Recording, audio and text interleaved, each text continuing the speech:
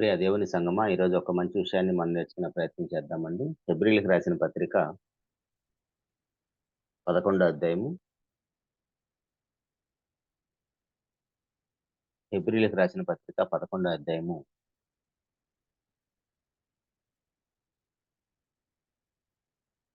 24, 26 వచనాలు కలిసి ఉంటాయండి. చదువుకుందాం.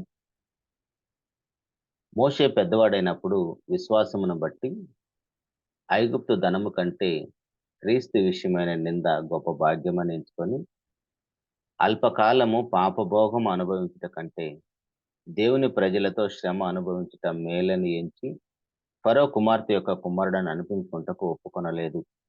ఎలయనగా అతడు ప్రతిఫలంగా కలగబోవు బహుమానమునందు దృష్టి ఉంచెను. ప్రియ దేవుని సంగమా, ఈ చదవబడిన వాక్య భాగం మనందరికీ బాగా సుపరిచితం. ఇక్కడ మోషే గారు ఆయన ఎలా పుట్టాడు, ఆయన ఎలా పెరిగాడు, ఎక్కడ పెంచబడ్డాడు అన్న విషయాలన్నీ కూడా మనకి నిర్గమకాండంలో మనందరికీ బాగా తెలుసు. 40 సంవత్సరాలు ఫరో కోటలో పెంచబడిన తర్వాత, ఆయన పెద్దవాడైన తర్వాత ఆయన యొక్క విశ్వాసము ఎలా ఉందో మనం చూసినప్పుడు, విశ్వాసమును బట్టి ఐగుప్తు ధనము కంటే, అంటే అప్పటికి ఐగుప్తులో ఎంత ధనమున్నదన్న విషయం కూడా మనకు అర్థమవుతుంది. విశ్వాసమును బట్టి ఐగుప్తు ధనము కంటే క్రీస్తు విషయమైన నింద గొప్ప భాగ్యము. అంత మహా వైభవాన్ని కళ్ళ ముందు కనబడుతున్నా సరే, క్రీస్తు ప్రభు కోసము, దేవుని ప్రజల కోసము ఆయన కష్టాన్ని అనుభవించటానికి, శ్రమలు అనుభవించటానికి సిద్ధపడ్డాడంటే అది అంత చిన్న విషయం ఏమి కాదు. మనం ఊహించినంత చిన్నది ఏమి కాదు. ఎందుకంటే ఆరిన నేల మీదన్న మనుషులమైన మనం అందరం కూడా ఎప్పుడు సుఖంగా జీవించటానికి ముందు ఎంత ప్రయాసపడినా, ఎంత కష్టపడ్డా, మనం పెద్దవారైన తర్వాత సుఖంగా జీవించటానికే ఇష్టపడతాం. దానికోసమే ఎన్నో ప్రణాళికలు చేసుకొని బ్రతుకుతాం. మార్క్సు వార్త 8వ అధ్యాయము 36వ వచనములో, మార్క్సు వార్త 8వ అధ్యాయం 36వ వచనంలో, ఒకడు సర్వలోకమును సంపాదించుకొని తన ప్రాణమును పోగొట్టుకొనుట వానికేమి ప్రయోజనం? మన బ్రతుకులేమో క్రైస్తవులు అయినా సరే, మన బ్రతుకులు ఎలా ఉంటాయంటే ఇక్కడ చదివిన వాక్య భాగం లాగానే ఉంటాయి. ఎలాగైనా సర్వలోకాన్ని సంపాదించుకోవాలి నాకు, నా కుటుంబానికి. నా తదనంతరం నా పిల్లలకు కూడా ఎలాంటి కష్టం లేకుండా ఉండాలని దానికోసం ఎంతైనా ప్రయాసపడతాం. ఎవరినైనా మోసం చేస్తాం. ఏదైనా చేస్తాం. ఎందుకంటే మనకు కావాల్సింది ధనం. ధనం ఉంటే చాలు, మనకి ఇంకేది అవసరం లేదనే భ్రమలో బ్రతుకుతున్నాం కాబట్టి, దానికోసం ఎంతైనా తప్పు చేయటానికి, పాపం చేయటానికి, ఇంకొకరిని చంపటానికి గూడా లోకం అన్ని విధాల ప్రయత్నాలు చేస్తూనే ఉంటది. కారణం వారి యొక్క దురాశ. ఆ దురాశ ఎంత భయంకరమైనదో గూడా మనకు తెలుసు. రోమిలికి రాసిన పత్రిక 7వ అధ్యాయము, రోమిలికి రాసిన పత్రిక 7వ అధ్యాయము 7వ వచనం నుండి చూస్తే 8వ వచనం. అయితే పాపము ఆజ్ఞను హేతువు చేసుకొని సకల విధములైన దురాశలను నాయందు పుట్టించెను. ధర్మశాస్త్రం లేనప్పుడు పాపము మృతము. సకల విధములైన దురాశ.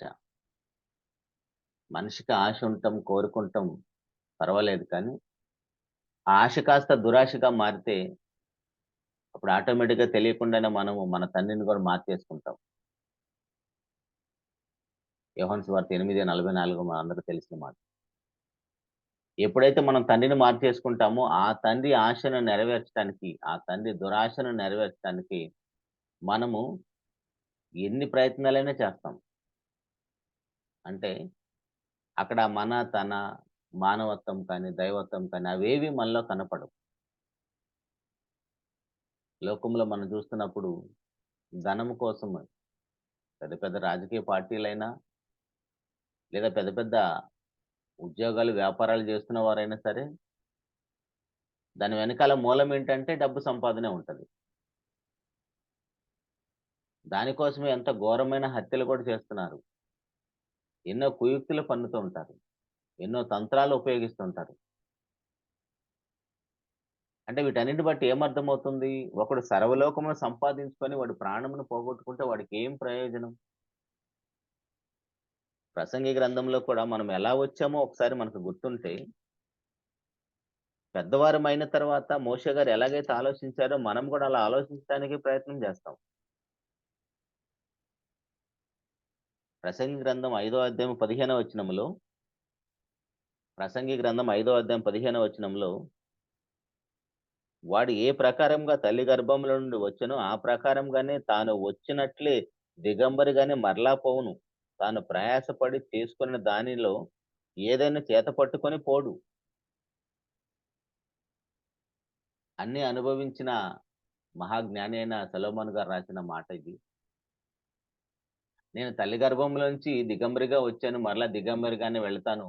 నేను సంపాదించింది ఏది కూడా నా వెంట చేత పట్టుకొని పోను అని రాబోయే అన్నం తరాలకు ఉపయోగపడే ఒక గొప్ప మాట రాశాడు. ఏం గోపాల్? వస్తుందండి. అలా వాయిస్ రాలేదు.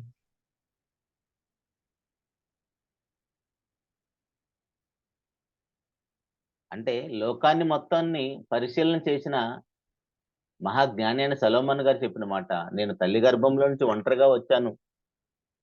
దిగంబరిగా వచ్చాను. మరలా దిగంబరినే వెళ్ళిపోతాను. ఈ విషయాన్ని గ్రహించిన భక్తులు ఎవరైనా సరే కేవలం వారి యొక్క బ్రతుకుని సార్థకం చేసుకోవటానికి, తన బ్రతుకులో దేవుని మహిమపరచటానికి, ఎందుకంటే ఈ లోకం అనేది శాశ్వతమైనది కాదని ఎవరైతే గుర్తిస్తారో వారు మాత్రమే సుఖభోగముల యందు ఆనందపడటం అనేదని పక్కన పెట్టేస్తారు. మనం ఆలోచించిన మోషే గారి యొక్క జీవితాన్ని,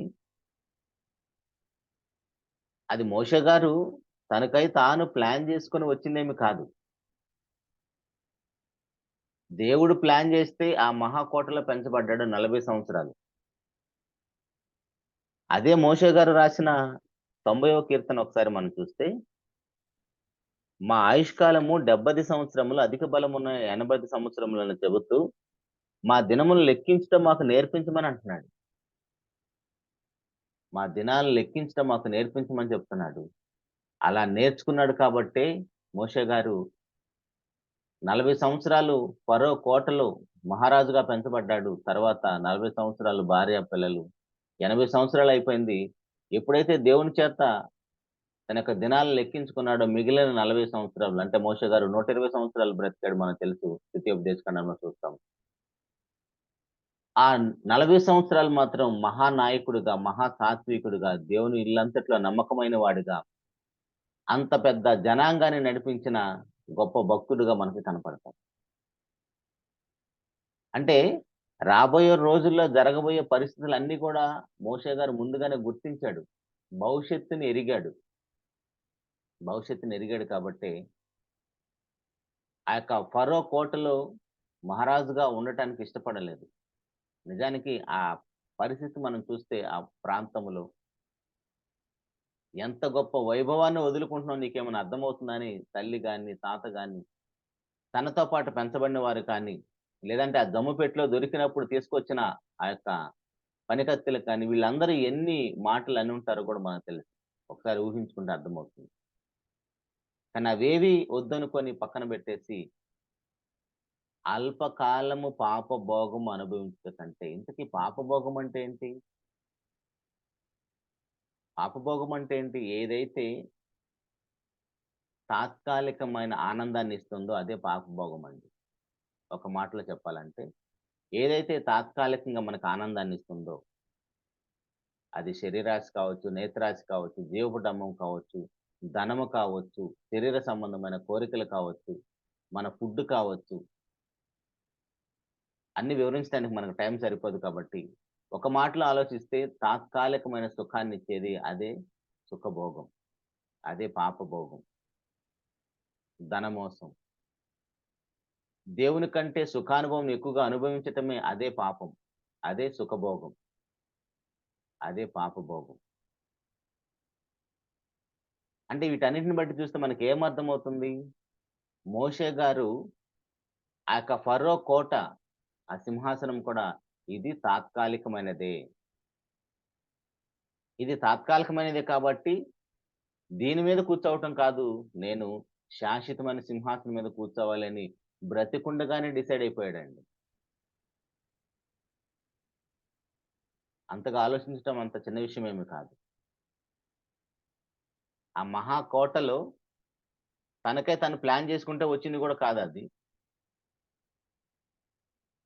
దేవుడే ప్రసాదిస్తే వచ్చింది ఆ యొక్క సింహాసనపు అవకాశం. కానీ అవేమీ వద్దనుకొని ఈ యొక్క ఫరో కోటైన ఈ సింహాసనమైనది శాశ్వతమైనది కాదు. శాశ్వతమైనది ఒకటున్నది. అది పరలోకములో ఉన్నది. అది నా ప్రభువు నాకిస్తాడు. ప్రకటన గ్రంథం 3వ అధ్యాయము 21వ వచనంలో, ప్రకటన గ్రంథం 3వ అధ్యాయం 21వ వచనములో, నేను జయించి నా తండ్రితో కూడా ఆయన సింహాసనమందు కూర్చుండి ఉన్న ప్రకారము జయించువానిని నాతో కూడా నా సింహాసనమందు కూర్చుండనిచ్చేదను.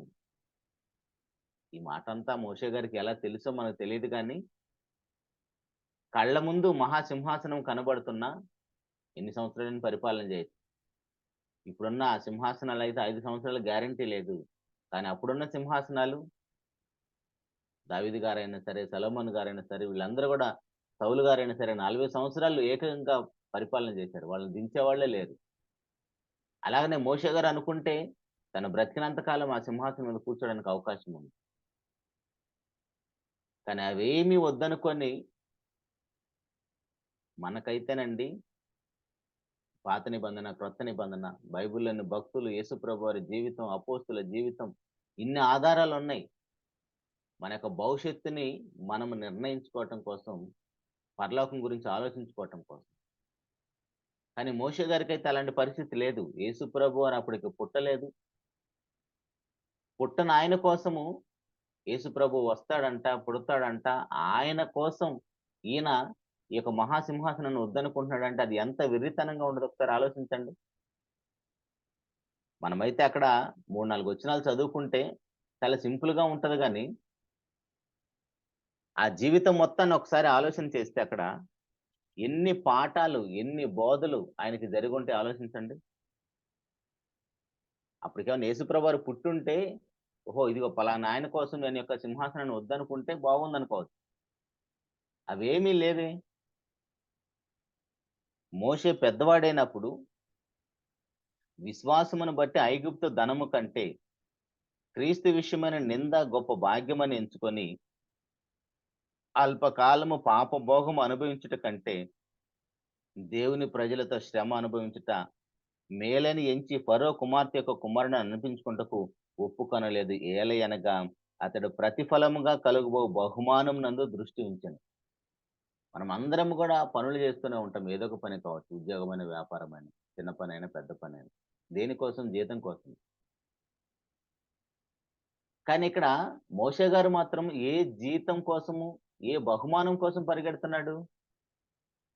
మనలాగా అల్పకాలము సుఖాన్నిచ్చే, అల్పకాలం మనం తృప్తినిచ్చే దానికోసం, ఆ బహుమానం కోసం పరిగెత్తటం లేదండి. ఊరికే బైబిల్‌లో భక్తుల జీవితాలను దేవుడు గ్రంథస్థం చేసి మన చేతిలో పెట్టలేదు. ఏదో ఒక భక్తుని యొక్క జీవితాన్ని ఆధారం చేసుకొనైనా మనం పరలోకం వస్తామనే దేవుని యొక్క ఆశతోటే, ఆశను నెరవేరుస్తామని ఇంతమంది భక్తుల జీవితాలను గ్రంథస్థం చేసి దేవుడు మన చేతిలో పెట్టాడు. కానీ అవి మనం వింటాము, చదువుతాం, పక్కన పెట్టేస్తాం. కానీ వారి వలె జీవించడానికి మాత్రం ఏ ఒక్కరం కూడా ప్రయత్నం చేయం. అలా ప్రయత్నం చేస్తూ ఉంటే నేను ఈ లోకంలోకి ఒంటరిగా వచ్చాను, దిగంబరిగా వచ్చాను. మరలా దిగంబరినే వెళ్ళిపోతాను. సో, నాకు దేవుడుంటే చాలు. దేవుని కంటే సుఖానుభవం ఎక్కువగా ప్రేమించేవారు వారందరూ కూడా పాపభోగస్తులు. దేవుని వలనే ఆనందం. ప్రభువునందు ఎల్లప్పుడూ ఆనందించనని చెప్తాడు పౌలు గారు. అసలలాంటి ఆనందమే మనం పొందలేం. జుంటు తిన్న దారుల కంటే మధురమైనదంటాడు దావీదు గారు వాక్యాన్ని. మనకి ఏది టేస్ట్ ఉంటది మన నోటికి? మన చెవులకి ఏది టేస్ట్‌గా కనబడుతది, వినపడుతది? మన కళ్ళకి ఏది అందమైనదిగా కనబడుతది? వాక్యం గాని, దేవుని గాని, సంఘము గాని, ప్రభు యొక్క బలియాగం అవేవి మనకి అంత గొప్పగా కనబడవు కానీ, మనం శరీర సంబంధమైన సుఖాన్నే కోరుకుంటాం. సో, మనం అందరం గూడా పాపభోగస్తులమే. కాబట్టి ప్రియ దేవుని సంఘం ఆలోచించిందండి. ఆ సుఖభోగాల కోసమే మనం అందరం కూడా లేమి తెచ్చేసుకుంటాం. పేదరికం ఆటోమేటిక్‌గా వచ్చేస్తది. సామెతల గ్రంథం 21 అధ్యాయం 17వ వచనంలో సుఖభోగముల మీద ఎవరైతే వాంఛ కలిగి ఉంటారో ఆటోమేటిక్‌గా వాళ్ళకి లేమి వచ్చేస్తది. తిమోతి రాసిన మొదటి పత్రిక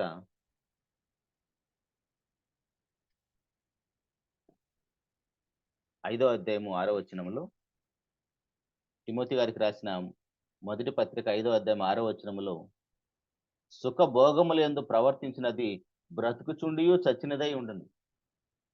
పేరుకు మాత్రం మనం బ్రతుకుంటాం గానీ, ఎవరైతే సుఖభోగములందు ఆనందించాలని ఇష్టపడుతూ ఉంటారో, వాళ్ళు బ్రతికున్నా సరే దేవునికి ఎలా కనపడతామంటే, చచ్చిన వారితో సమానంగా కనబడతాం. పేరుకే క్రైస్తవులం. జీవించుచున్నామన్న పేరు మాత్రం ఉన్నది. కానీ నువ్వు మృతుడివి అనే వాక్యం మనకు తెలియజేస్తూనే ఉంటది. లేదండి నేను బాప్తిసం పొందాను, క్రైస్తవునిగా సంఘంలో చేర్చబడ్డానని భ్రమలో ఉంటామే కానీ, మనం మాత్రం దేవునికి మొదటి స్థానం ఇయ్యలేం. అర్థమైపోతుంది మన యొక్క క్రియలను బట్టి. మనం దేవునికి మొదటి స్థానం ఇస్తున్నామా లేదా అని. శరీర సంబంధమైన సుఖం కోసం అదేదైనా కావచ్చు. ఫుడ్ అయినా కావచ్చు, ఆరోగ్యమైనా కావచ్చు, లేదంటే పదవైనా కావచ్చు, అందరిలో గొప్పగా కనపడే అతిశయం కావచ్చు, ఏదైనా కావచ్చు. దానికోసం ప్రయాసపడుతున్నంతగా మన ఆత్మను పరలోకానికి చేర్చడానికి, మన శరీరం ద్వారా దేవుని మహిమపరచడానికి మనం చేస్తున్న పని ఏంటి? ఒకసారి ఆలోచించండి ఉదయం నుంచి సాయంత్రం వరకు. ఇదిగో ఈ పని చేసి నేను దేవుని మహిమపరిచాను. ఇదిగో ఈ పని చేసి నేను ఒక పాపికి వాక్యాన్ని బోధించాను. వారి ఆలోచనలు మార్చాను. వారిని నరకం నుంచి కాపాడాను. నాశనానికి వెళ్ళే వారిని వారి యొక్క ఆలోచన విధానాన్ని కూడా మార్చేశానని ఒక్క మాట మనం చెప్పగలమా? కానీ మోషే గారు మాత్రం తన కళ్ళ ముందు ఆ మహాసింహాసనం ఉన్న వాళ్ళందరిని కూడా పరిపాలన చేయగలడు ఆయనే. దేవుని ప్రజల్ని పరిపాలన చేయగలడు. అక్కడున్న ఫరో జనాంగాన్ని కూడా ఆయన పరిపాలన చేయగలడు. కానీ అవేవీ వద్దనుకున్నాడు. మోషే పెద్దవాడైనప్పుడు 40 సంవత్సరాల వయసొచ్చేటప్పటికి జీవిత పరమార్థం మొత్తం అర్థమైపోయింది. కారణం చిన్నప్పుడే తల్లి నేర్పిన మాటలు. చిన్నప్పుడు తల్లి దగ్గర పెంచబడినప్పుడే తను పుట్టినప్పుడే తనకి ప్రాణహాని ఉన్నది. పుట్టిన ప్రతి మగబిడ్డను కూడా నైలు నదిలో పడవేయాలని దేవుడు ఫరో ఆజ్ఞ. కానీ ఏ ఇంటిలో నుంచైతే ఆజ్ఞ వచ్చిందో అదే ఇంటిలో పెంచబడే విధంగా దేవుడే ప్రణాళికను ఏర్పాటు చేశాడు. వేరెవరైతే చంపేస్తారనే ఉద్దేశంతోటి తన యొక్క ఫరో కుమార్తెనే పంపించేసి ఆమెకు కుమారుడుగా పెంచబడ్డాడు. జీతం ఇచ్చి మరీ పెంచబడ్డాడు తల్లి దగ్గర. ఎంత గొప్ప విషయం ఆలోచించండి. అంటే ముందుగా తల్లి డిసైడ్ అయిపోయింది. నా కుమారుని ఎలాగైనా సరే దేవుని కోసం పెంచాలని. కుటుంబమంతా ప్రయాసపడ్డారు కాబట్టి అక్క, అన్న, తండ్రి, తల్లి కూడా అందరూ ప్రయాసపడ్డారు కాబట్టి అంత మహానాయకుడయ్యాడు. ఆ మాటల ప్రకారం ఆయన పెరిగి పెద్దవాడైన తర్వాత కూడా దేవుని మాటల నుంచి దూరం అయిపోలేదు. తను పుట్టింది యూదా జనాంగాన్ని రక్షించడానికి, నేను యూదులకు రక్షకుడుగా పుట్టించాడు దేవుడని డిసైడ్ అయిపోయాడాయన. మనం ఎందుకు పుట్టామో మనకి ఇప్పటికి కూడా అర్థం కావట్లేదు. ఎలా బ్రతుకుతున్నామో చూస్తే మన బ్రతుకులను చూస్తే ఒకసారి మనసు పెట్టి కళ్ళు మూసుకొని మన యొక్క జీవితాన్ని మొత్తం రివైండ్ చేసుకొని చూస్తే మన జీవితం మరి ఇంత దరిద్రంగా ఉందా అని ఆలోచిస్తాం. మన జీవితం మనకే నచ్చినప్పుడు దేవునికి ఎలా నచ్చుతుందండి? కానీ మోషే గారు భక్తులు మాత్రం అలా బ్రతకటం లేదు. సుఖభోగములందు వారు ఆనందించటం లేదు.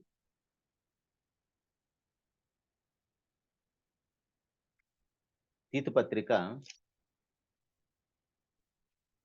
3వ అధ్యాయము 3వ వచనములో తీతు పత్రిక 3వ అధ్యాయం 3వ వచనములో ఎందుకనగా మనము కూడా మునుపు అవివేకులమును, అవిధేయులమును, మోసపోయిన వారమును, నానా విధములైన దురాశలకును భోగములకును దాసులమునై ఉండి దుష్టత్వమునందు అసూయయందును కాలము గడుపుచు అసహ్యులమై ఈ ఒక్కనికొకడు ద్వేషించుకుంటుమి. ఇంత చండాలంగా ఉందండి మన జీవితం. మరి సుఖభోగములందు ఎవరైతే ఆనందపడాలని ఇష్టపడుతూ బ్రతుకుతున్నారో వాళ్ళందరి జీవితాలు ఎలా ఉన్నాయంటండి? భోగముల యందు దాసులై ఉంటారు. మనం దేనికైతే అప్పగించబడతామో దానికే దాసులం.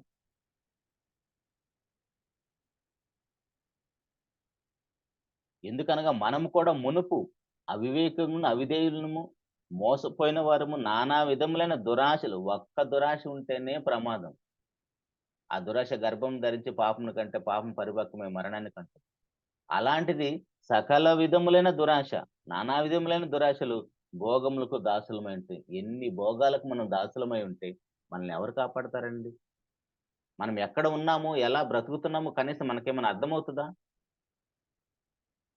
అవేవి అర్థం కానప్పుడే మన జీవితాన్ని మనము సుఖభోగములందు ఆనందపడుతూ అలా ముగించేసుకుంటాం. మనకు తెలుసు ధనవంతులు చాలా మంది ఉన్నారు బైబిల్‌లో. లూకా సువార్త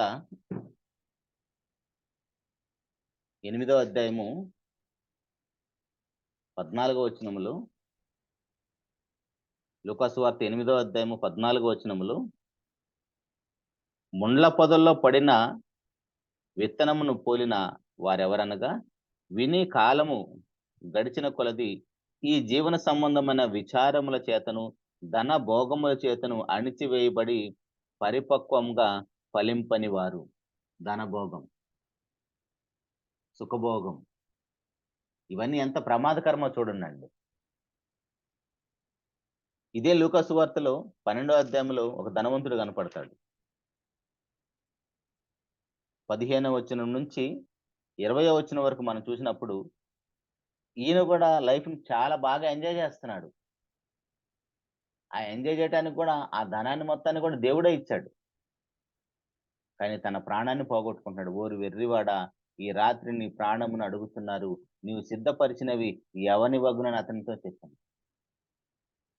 ఆ ధనవంతుడే వెర్రివాడా అండి? మనము కాదా?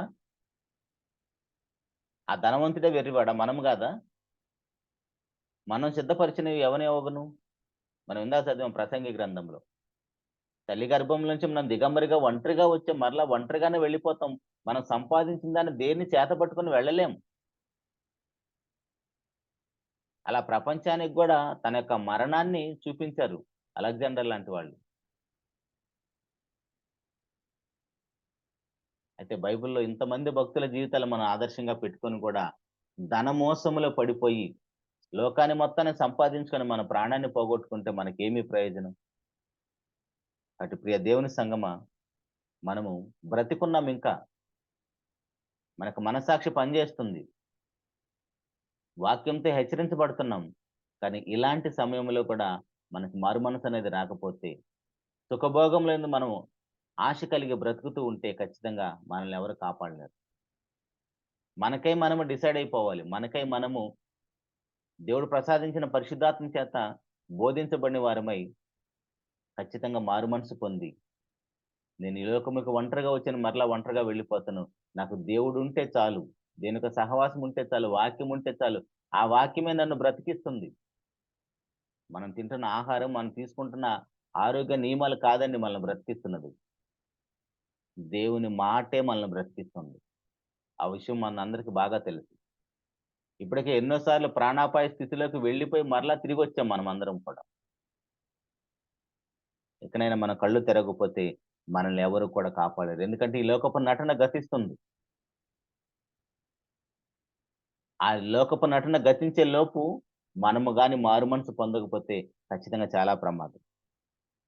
కాబట్టి ప్రియ దేవుని సంగమా, మంచి నిర్ణయాలు తీసుకుందాం. మనము కూడా సుఖభోగములందు ప్రవర్తించే వారిగా కాకుండా, మనం ఎల్లప్పుడూ కూడా తాత్కాలికమైన వాటి వైపు దృష్టి పెట్టకుండా, శాశ్వతమైనది పరలోకంలో ఉంది. శాశ్వతమైన రాజ్యం సంఘము. ఆ సంఘములో చేర్చబడ్డ మనమే ఆ శాశ్వతమైన సింహాసనాన్ని అధిష్ఠించగలుగుతాం. అవకాశాన్ని దేవుడైతే ఇచ్చాడు. కానీ మనమే చేజార్చుకుంటున్నాం.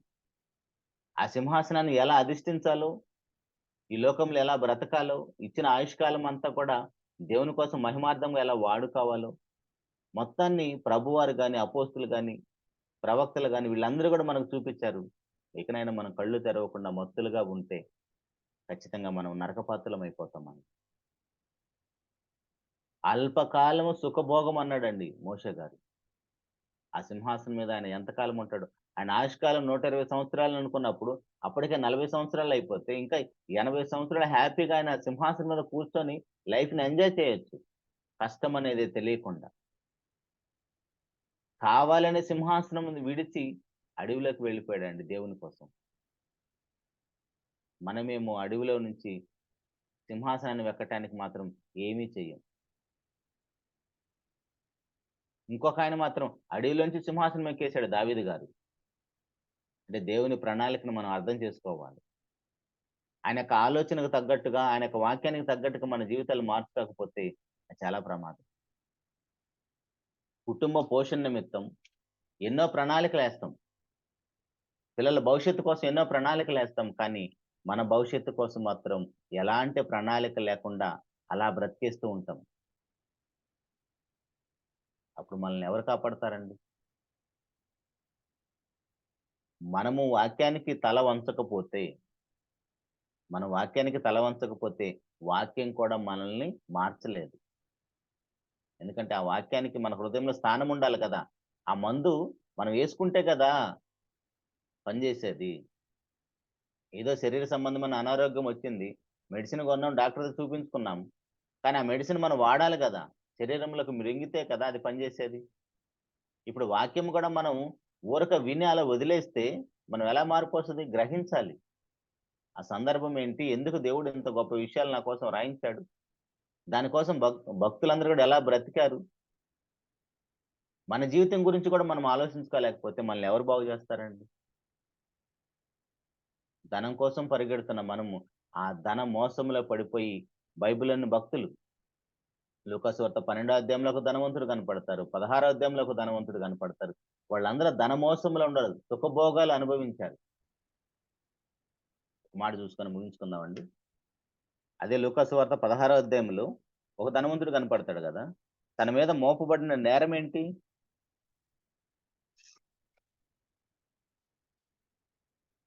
అబ్రహాం గారు ఆ ధనవంతుడి మీద మోపిన నేరం ఏంటి? లూకాసు వార్త 16వ అధ్యాయం 25వ వచనములో, అందుకు అబ్రహాము, కుమారుడా, నీవు నీ జీవితకాలమందు నీకిష్టమైనట్టు సుఖము అనుభవించితివి. అలాగుననే లాజరు కష్టము అనుభవించినని జ్ఞాపకం చేసుకొనుము. ఇప్పుడైతే వాడు ఇక్కడ నెమ్మది పొందుచున్నాడు, నీవు యాతన పడుతున్నావు. అంటే భూమి మీద మనం ఎప్పుడైతే సుఖపడటానికి ఇష్టపడతామో, మన శరీరం కోరుకుంటుందో, ఖచ్చితంగా మనం నరకానికి సిద్ధంగా ఉన్నాము, సిద్ధపడుతున్నామని అర్థం. ఎందుకంటే ఈ శరీరాన్ని దేవుని మహిమార్థమై కష్టపెట్టాలి. ఈ శరీరానికి ఎలాంటి సుఖాన్ని కూడా మనం అలవాటు చేయకూడదు. శరీర సంబంధమైన అవసరాలు తీర్చుకోవటం వేరు, కోరికలు తీర్చుకోవటం వేరు. అవసరాలను తీర్చుకోవడానికి ఎంత మహా విశ్వాన్ని దేవుడు కలిగించి మనకిచ్చాడు. దాన్ని వాడుకోవటంలో తప్పు లేదు కానీ,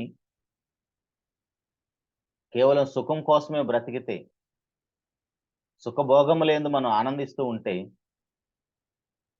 ఆ భోగోచ్చుల్లోనే మనం పడిపోతే ఖచ్చితంగా మనల్ని ఎవరు కాపాడలేరండి. కాబట్టి ప్రియ దేవుని సంగమా, మంచి నిర్ణయాలు తీసుకొని మోషే గారు లాంటి భక్తులు ఎలాగైతే అల్పకాలమైన దాని కోసం ఆరాటపడకుండా, శాశ్వతమైన దాని కోసం కష్టములోకి వెళ్ళిపోయారు. అల్పకాలమైన దాని కోసం ఇష్టపడకుండా, ఆరాటపడకుండా, కళ్ళ ముందున్నా సరే అనుభవించకుండా పక్కనెట్టేసి, బహుమానం కోసం పరిగెత్తి కష్టాల్లోకి వెళ్ళిపోయారు. మనం కూడా బహుమానం నందు దృష్టి ఉంచి పరిగెత్తే వారిగా ఉందాం. గురి చూడని వారి వలె మనం పరిగెత్తే వారిగా కాకుండా, పౌలు గారు చెప్తాడు ఫిలిప్పీ పత్రికలో, నేను గురి యొద్దకే పరిగెడుతున్నానంటాడు. అసలు మనం ఇంకా పరుగు పందెంలోకి పార్టిసిపేటే చేయలేదు. ఆ లైన్‌లోనే ఇంకా మనం నిలబడలేదు. నిలబడితే మన జీవితాలు వేరుగా కనబడతాయి దేవునికి. కాబట్టి ప్రియ దేవుని సంగమా, మంచి నిర్ణయాలు తీసుకుందాం. దేవుని కోసం ఉన్నతంగా బ్రతుకుదాం. మన యొక్క జీవిత పరమార్థాన్ని గుర్తెరుగుదాం ఇకనైనా.